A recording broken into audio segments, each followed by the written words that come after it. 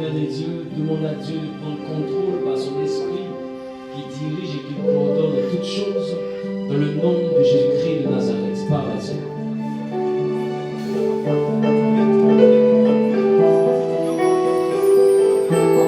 Merci Seigneur. Je veux connaître tout ce que tu connais, Père.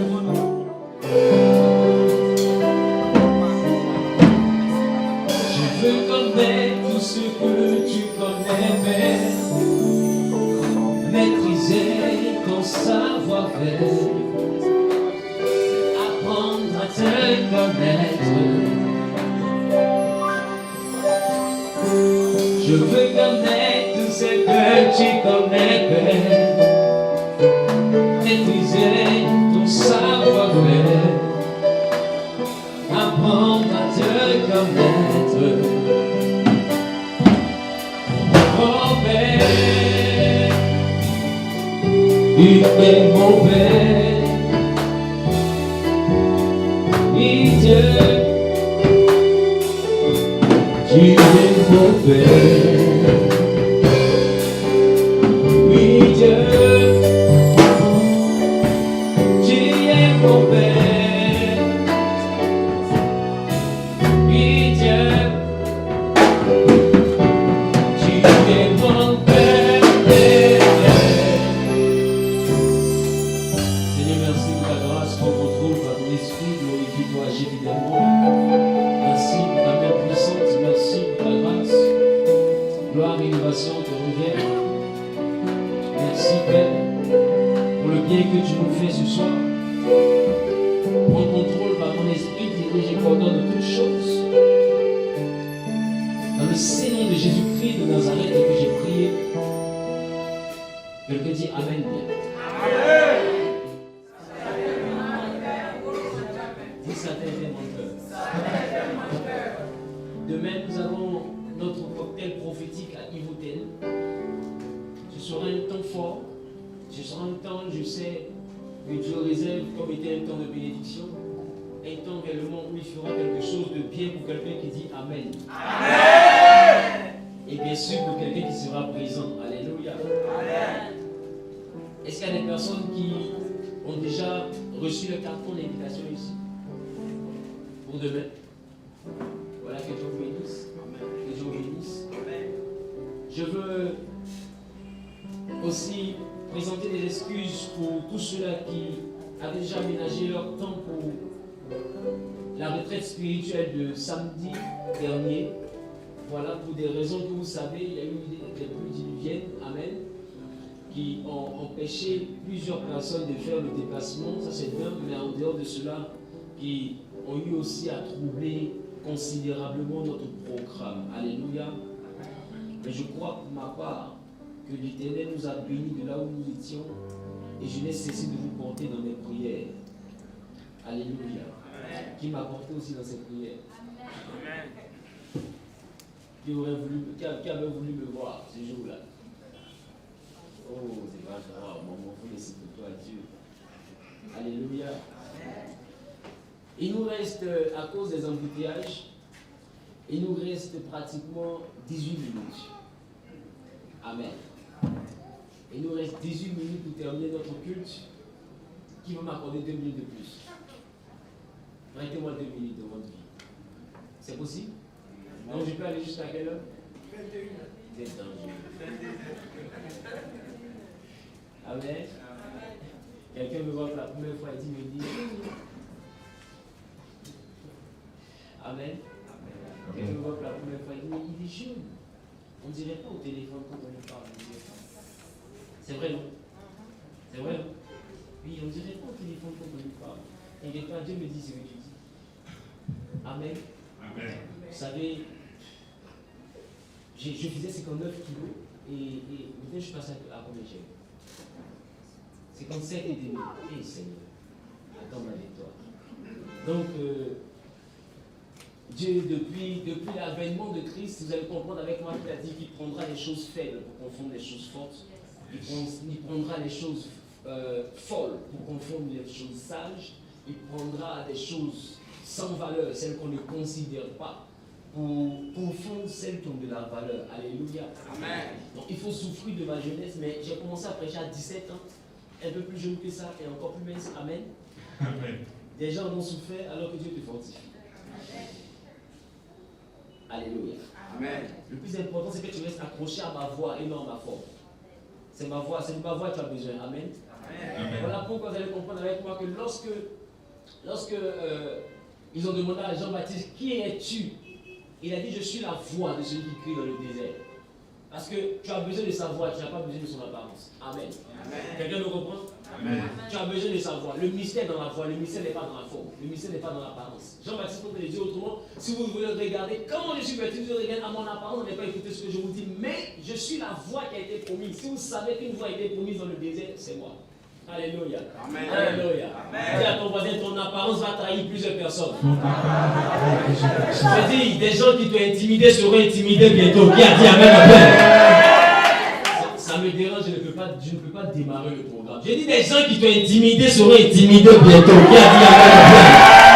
Quand tu quitteras ce programme, j'ai dit, celui qui t'a effrayé sera effrayé. Quelqu'un ne dit pas Amen, bien, ça me dérange. Mais j'ai du mal à commencer le programme. J'ai du mal à commencer le programme. Quand tu te tiens debout, tu dis Amen en 2 fois. En faisant un pas en avant, je vois ta vie changer de nouveau. Au nom de...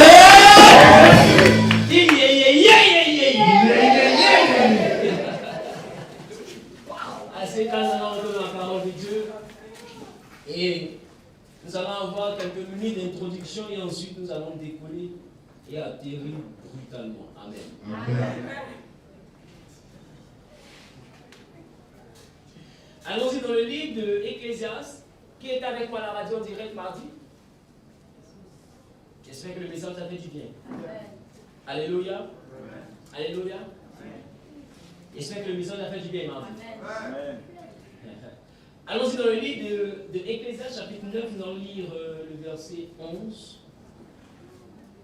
Nous allons lire le verset 11. Vous avez des versions 8 secondes, moi j'ai des versions en 12 complètes.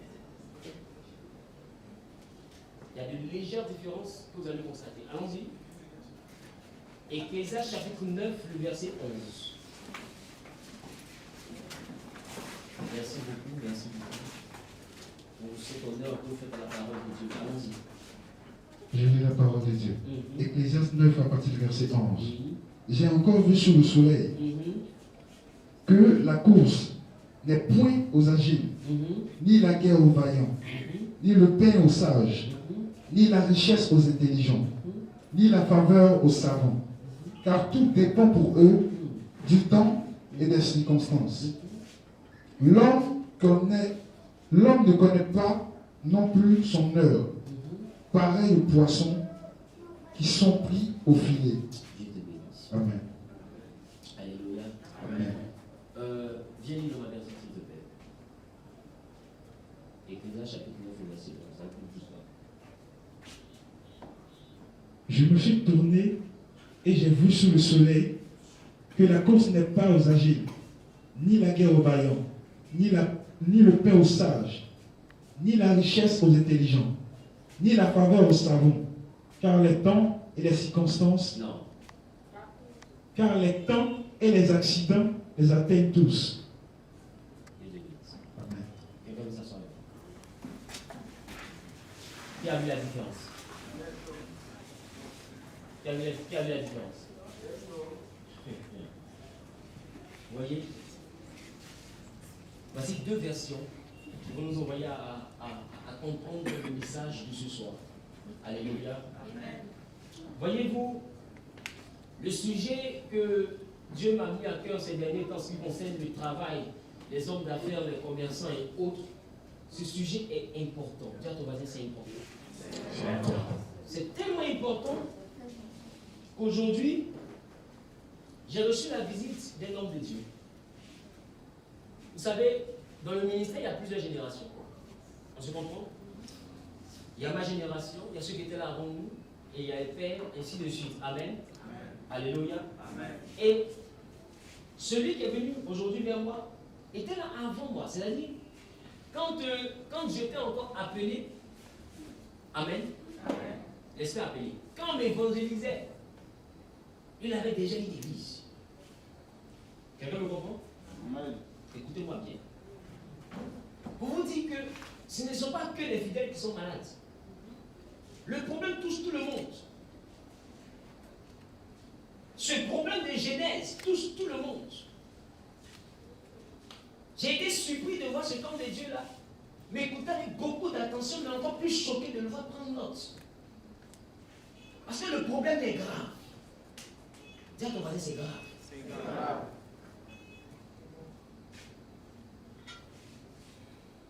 Salomon dit, la course n'est pas pour le plus rapide. Le paix n'est pas pour le sage. Il dit, la richesse n'appartient pas à l'intelligent. Mais il dit, c'est deux types de personnes. Toutes ces personnes, qu'elles soient sages, qu'elles soient intelligentes, qu'elles soient agiles, qu'elles soient puissantes, peu importe, qu'elles soient vaillantes, peu importe. Vous allez comprendre avec moi que toutes ces personnes, Salomon dit que ces personnes sont atteintes par les temps et circonstances. Non, tu m'appelles le et les accidents. Voilà ce qui rend la vie incertaine. Les accidents. C'est quoi un accident? Un événement imprévu. C'est-à-dire un événement qui arrive par effet de surprise. Un accident, c'est une surprise. Il dit, les accidents les atteignent tous. Tous ici, nous avons été victimes d'accidents. On a fait nos calculs. On a fait nos réserves. Donc on fait leur épargne pour telle ou telle circonstance. Et des circonstances imprévues. Des accidents. Des fois on te dit lundi, tu dois venir prendre telle somme. Et c'est le vendredi que quelqu'un a trouvé pour mourir. Tu te dis, mais ce gars-là, il ne pouvait pas mourir, il m'a dit. Mais il a fallu qu'il veuille le vendredi.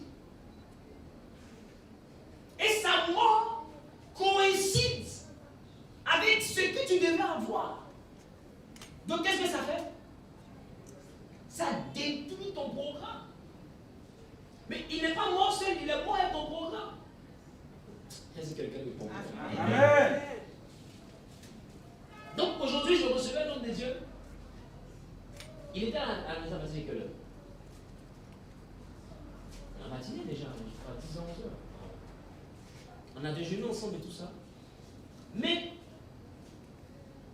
je lui ai demandé, homme de Dieu, une nouvelle. Il dit, Amen. Alléluia. Amen. Alléluia. Amen. Essaye d'abord voir. Gloire à Dieu. Alléluia. Amen. C'est des jumeaux. Si là-bas passe, ici passe. Amen. Alléluia. Bon.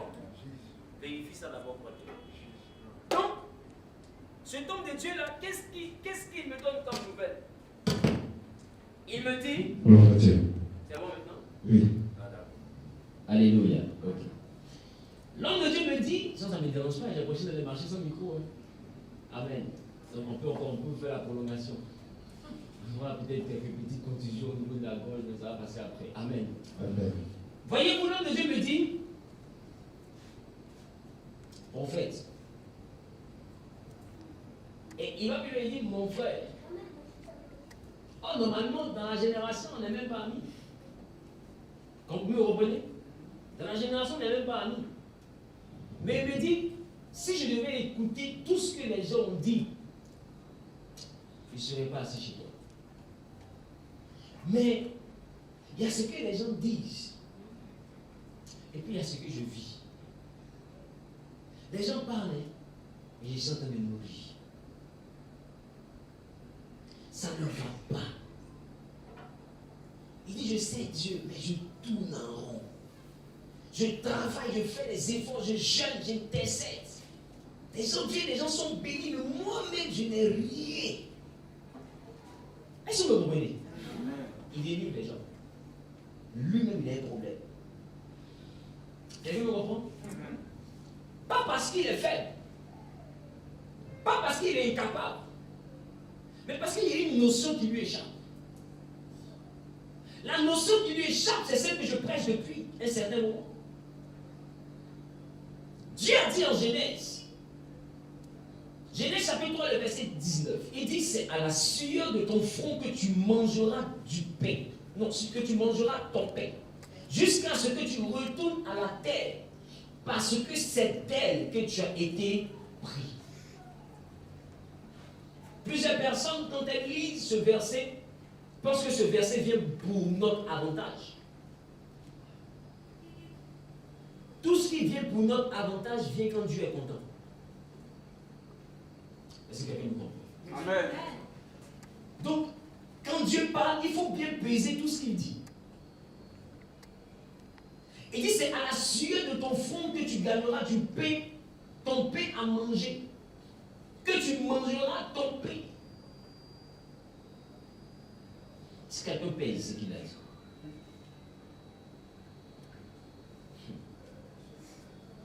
Ça veut dire que depuis la Genèse, Dieu a limité le travail et nos efforts à la nourriture.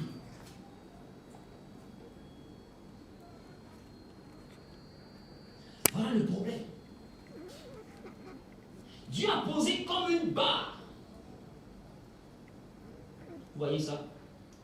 Dieu a posé comme une barre où quels que soient les efforts que nous faisons dans le travail, ce travail-là nous sert à manger, à régler les charges de première nécessité, pas plus.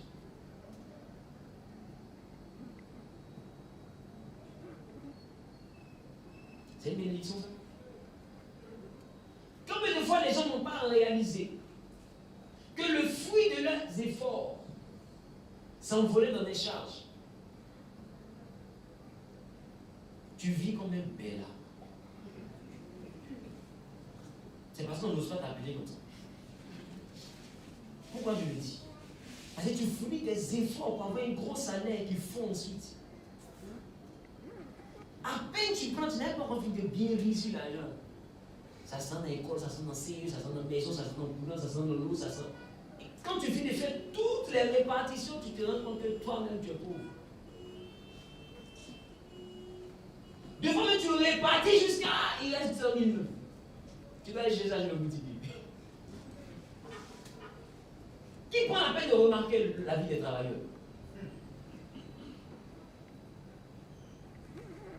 Arrêtez de fatiguer sur vos parents ou vos frères qui ont de petits emplois. Pas parce qu'il se parfume, il a une voiture de service, ou il arrive à se débrouiller que tu as pensé qu'il est trop à l'aise. Non. Le travail ne le bénit pas. Il est obligé d'avoir une apparence. Il est obligé d'avoir une allure. Vaut mieux plaire que faire péter. Les gens vivent sous des apparences. Ils se jouent les dangereux. Oh, ils sont en danger. Ça ne va pas. La seule chose qui va, c'est son apparence. Mais lui, il sait que son directeur, ça ne va pas plus loin que crédit. Vous me comprenez? Amen. Vous me comprenez? Je connais une dame qui est cadre à Orange. Son salaire n'est même pas encore tombé dans sa main. Tout est fini. Quelqu'un me comprend? Amen. Parce qu'elle a eu des soucis et les sous va prendre des prêts et le prêt dilapide tout ce qu'elle a. Quelqu'un me comprend? Amen. Les gens souffrent. Dieu dit, le travail, il est utile pour manger. Bien aimé, il nous faut sortir de ce cadre. Ce que Dieu a connecté alors, Dieu lui a connecté la subsistance. On travaille maintenant pour survivre. On ne travaille plus pour être dans l'abondance. On ne travaille plus pour être dans l'abondance. Même quand ton travail arrive à te faire quelques petites épargnes, le vent vient souffler dessus. Comme si la création était contre le rendement. Est-ce que quelqu'un me comprend? Amen. Parce que Dieu a dit, ça va suffire seulement que pour ta subsistance, pour que tu aies de quoi manger.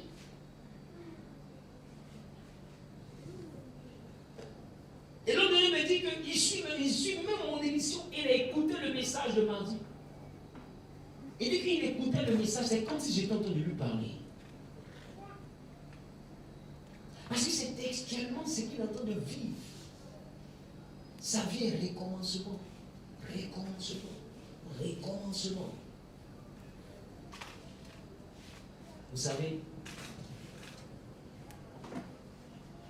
si nous ne devenons pas une église puissante financièrement par nous, les gens vont nous respecter. Quelqu'un me comprend? Amen. Et puis ça ne sert à rien d'être cadre et de finir ta vie dans la honte. Ça ne sert à rien d'être une grande commerçante et puis finir ta vie dans la honte. Dis à ton voisin, je refuse. Je refuse ça. Amen. Amen. Alors, Salomon dit, le paix n'appartient pas à celui qui est sage. Le paix n'appartient pas à celui qui est sage. La richesse n'appartient pas à celui qui est intelligent. Bien aimé, tes calculs ne suffisent pas pour que tu deviennes riche.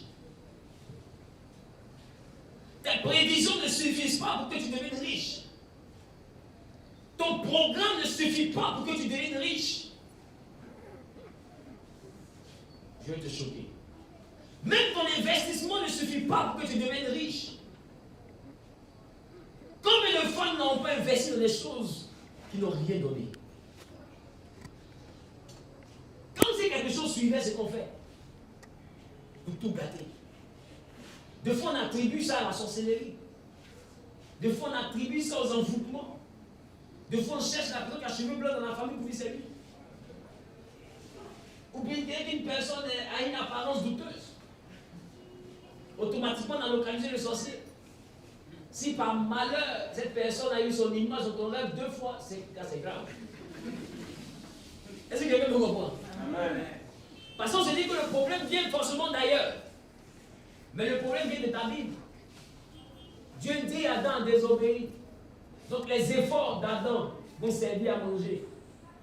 La vie est limitée. Alors Jésus dit, il est venu pour que cette brebis ait la vie et qu'elle soit dans l'abondance. Mais il parle de quoi quand il parle d'abondance? Est-ce qu'il parle de vie? Il a déjà donné la vie. Ça, c'est la partie de la vie éternelle. Quand il parle de la vie. Quelqu'un me comprend? Alléluia. Alléluia.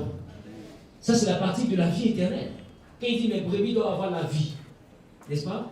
Parce que c'est quiconque croit ne périsse point, mais est la vie éternelle. N'est-ce pas? Donc, il parle du salut. Nous devons avoir la vie. Maintenant, de quelle abondance il parle?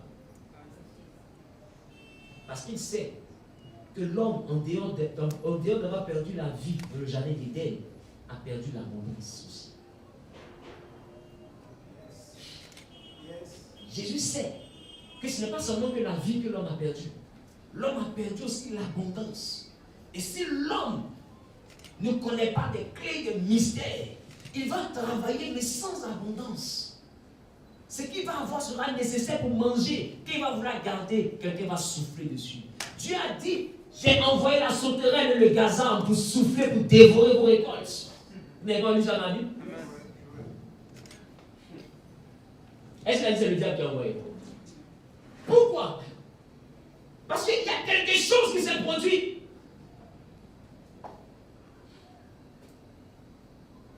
Dis à ton voisin, mes finances seront libérées au nom de Jésus.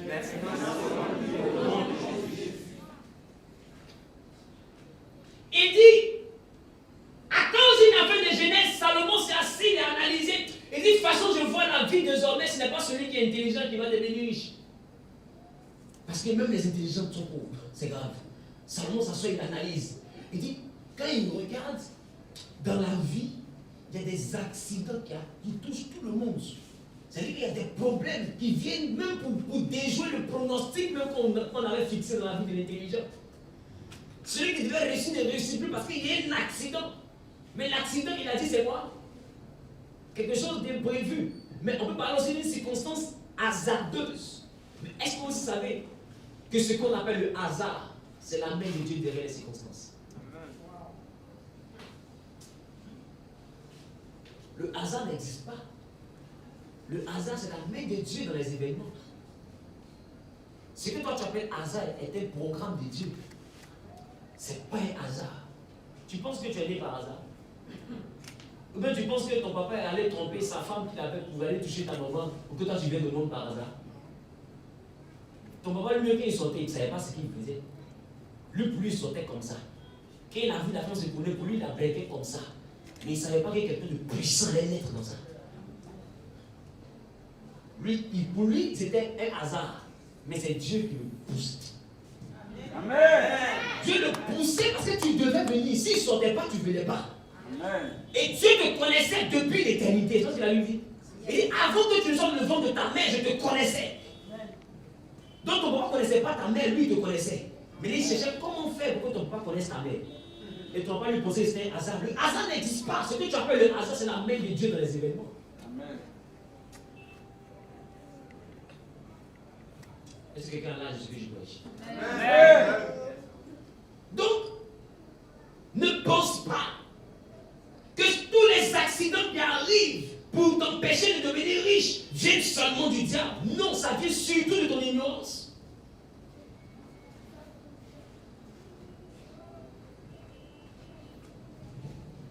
Est-ce que vous savez?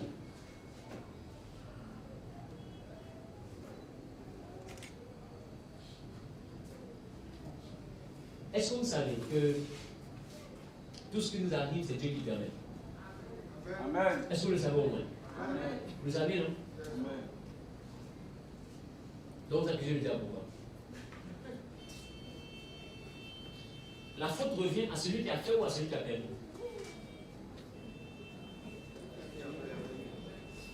C'est pas ça? C'est celui qui a permis.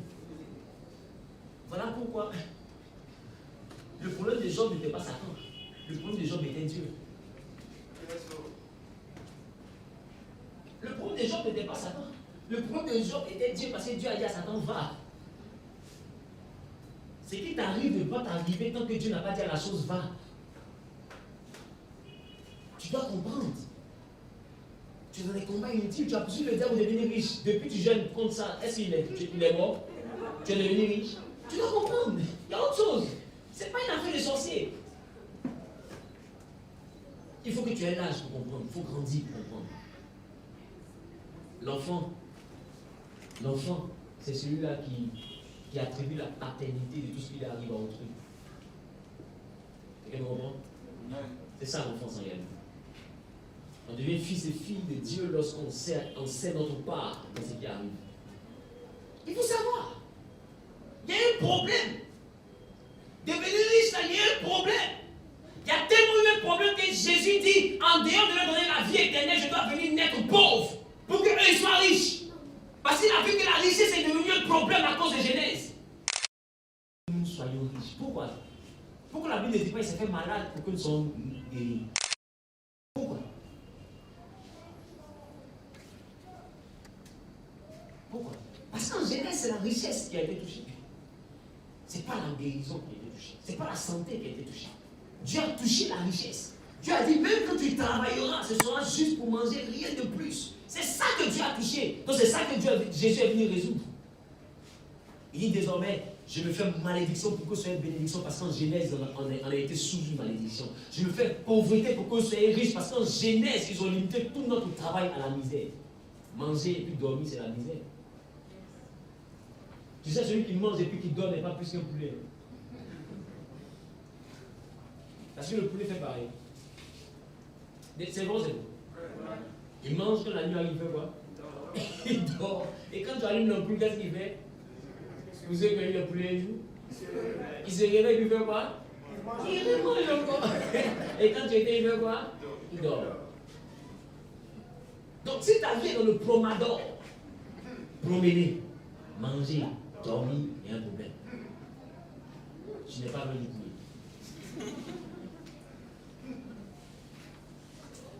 Donc, est-ce que vous voyez que quand Dieu dit la sueur de ton front, il dit toute la sueur de ton front va servir à te donner du pain à manger. C'est que tu as transpiré jusqu'à ce pour manger. Quand il vient de manger,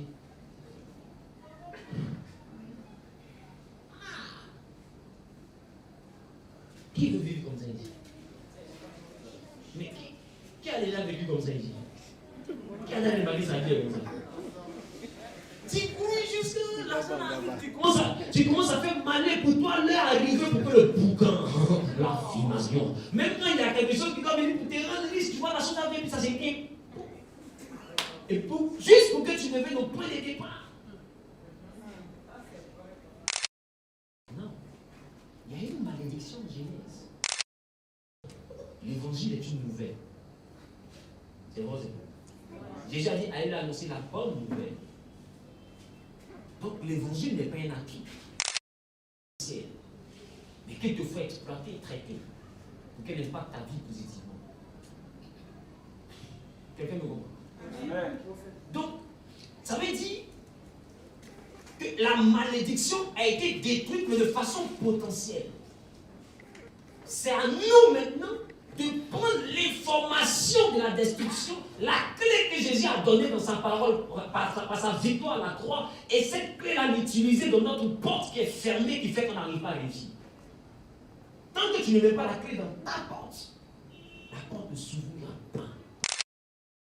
Voilà comment un jeune homme qui donne une révélation un peu, quelqu'un qui surveille un peu, vient s'asseoir chez son collègue pasteur qui dit je ne comprends rien.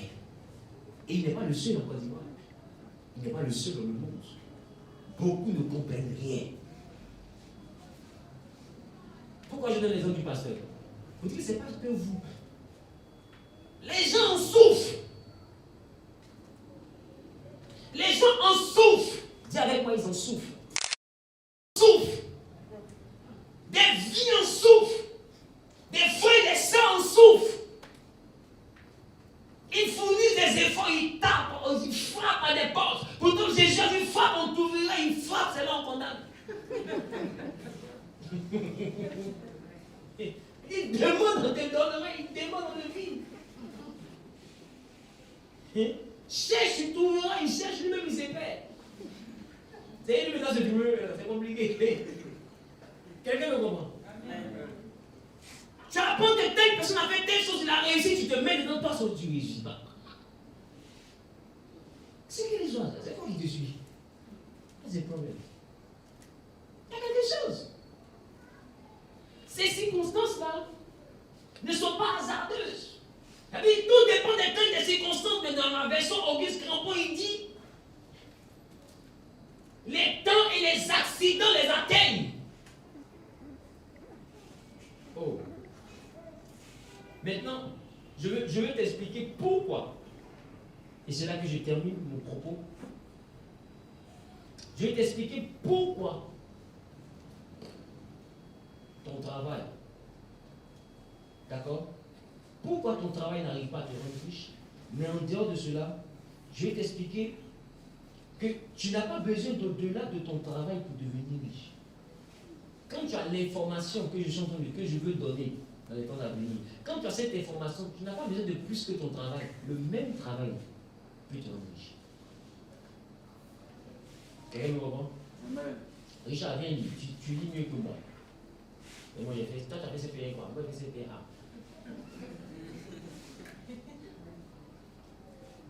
Il a bien des lunettes. Eh, Seigneur. Viens, lis dans ta bouche, là-bas. Vas-y, lis ici.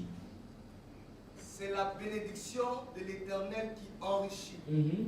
Et il ne la fait suivre d'aucun chagrin. Version Louis II. Donc, version Louis II dit la bénédiction de l'Éternel enrichit, il ne la fait suivre d'aucun chagrin. On est d'accord? Lis la deuxième version. C'est la bénédiction de l'Éternel qui enrichit. Et l'Éternel n'y ajoute aucun travail. Version Matin. Donc, la version de la Bible Martin dit c'est la bénédiction. La bénédiction de l'Éternel enrichissant les deux versions, même la partie est pareille. Mais là où il y a la différence dans les versions, c'est la dernière partie de la phrase. L'autre côté dit et elle s'ensuit d'aucun chagrin. Mais la Bible Martin dit l'Éternel n'y ajoute aucun travail. Qu'est-ce que vous voyez la différence? C'est que le travail que tu fais avant, Dieu n'ajoute même pas petit le plus dessus. Et puis tu deviens riche. Or, il y a quelqu'un qui fait le même travail. Lui, il s'appauvrit. Mais toi, tu fais le même travail. Toi, tu deviens riche.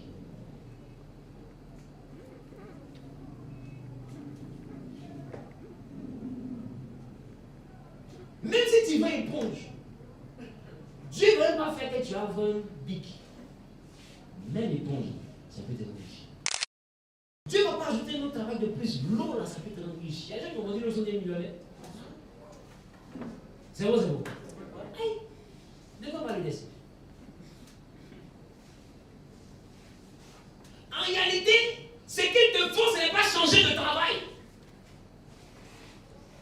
Ce qu'il te faut, c'est briser cette malédiction. Tu te dis, si tu changes de travail, tu seras mieux. Mais c'est cette même manière que tu t'es dit quand tu étais étudiant que si tu travailles un jour, tu serais mieux. Mais tu as travaillé, tu t'es dit moche. Quelqu'un nous comprend? Tu comprends que l'homme est un éternel insatisfait. L'homme dit, je suis petit, le jour où je vais commencer à travailler, je serai heureux. Il travaille, il voit qu'il n'est pas heureux. Il dit, bon, ce qui fait que je ne suis pas heureux, c'est parce qu'il n'y a pas de femme. Le jour où il y aura une femme, j'ai plus moyen de, je serai heureux. Il a une femme, il n'est pas heureux, il dit, bon, ok. Le jour où il y aura des enfants, je serai heureux. Il prend l'enfant, il n'est toujours pas heureux. Il dit, bon. Le jour où je construis ma maison, je sais que ça c'est la catastrophe. Je serai l'homme le plus heureux. Mais il va le jour jusqu'au jour. Il ne va jamais s'arrêter. Quelqu'un nous comprend? Quelqu'un nous comprend? Amen. Il dit, l'Éternel n'y ajoute aucun travail. Ça veut dire que toi-même tu fais déjà trop d'efforts. Il y a des gens qui ne font même pas l'effort que j'ai fait. Il y a des gens qui ne font même pas la moitié. Et puis ils deviennent riches dans ce pays.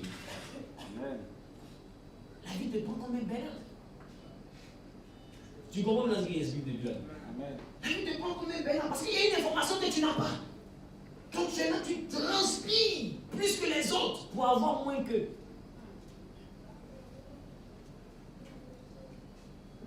C'est arrivé à Jacob dans la Bible.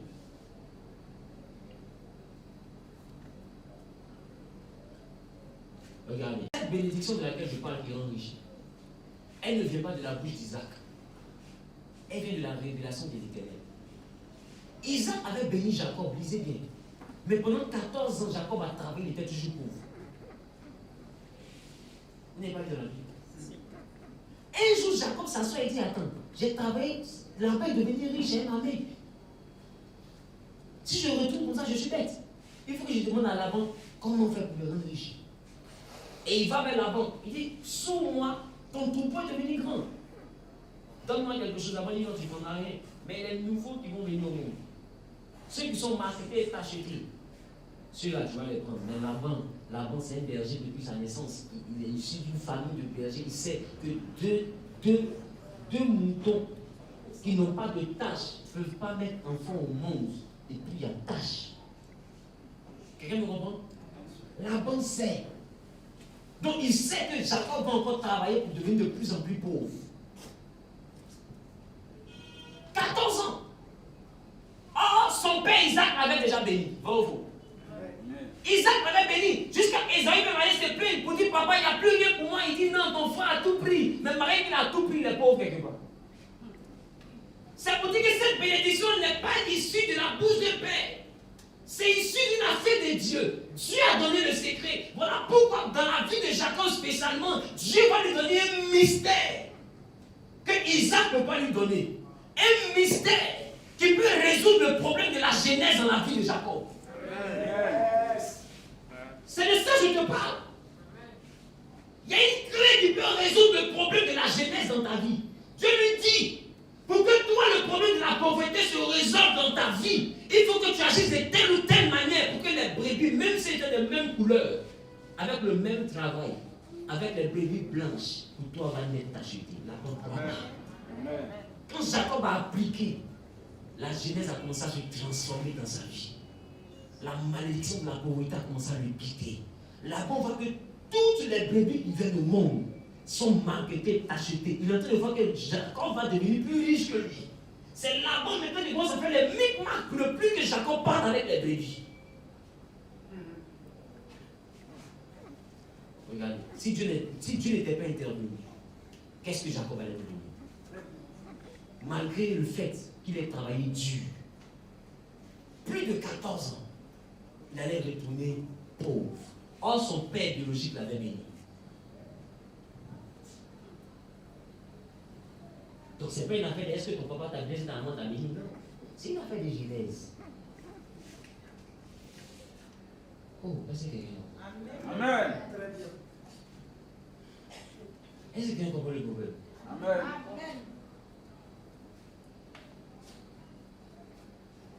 Dans beaucoup de prédicateurs, quand ils prêchent, ils parlent de la terre.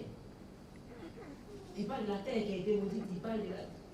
Ils oublient ce petit aspect qui conditionne la vie de tout le monde. Il sait qu'il nous a sanctionné. Il sait. Seuls les hommes les plus éclairés comprennent que ça, c'est une sanction. Ça, c'est une sanction. Parce que ce que Dieu dit qu'il n'est pas content d'une sanction, ça ne peut jamais concourir à ta gloire. Quelqu'un me comprend? Amen. Et quand il parlait là, il était content, il était fâché. Il était fâché. Comme il ne veut pas détruire l'homme, il limite sa vie, il borne sa vie. Ah, tiens, on va dire, il faut qu'on quitte dans ça. Amen. Voilà pourquoi je vous ai exhorté à venir au gala. En fait, je donne ça pour que ça vous fasse mal. Vous qui n'êtes pas de chérie, c'est une bonne vengeance. Oui. Oui. Oui. Oui. Oui.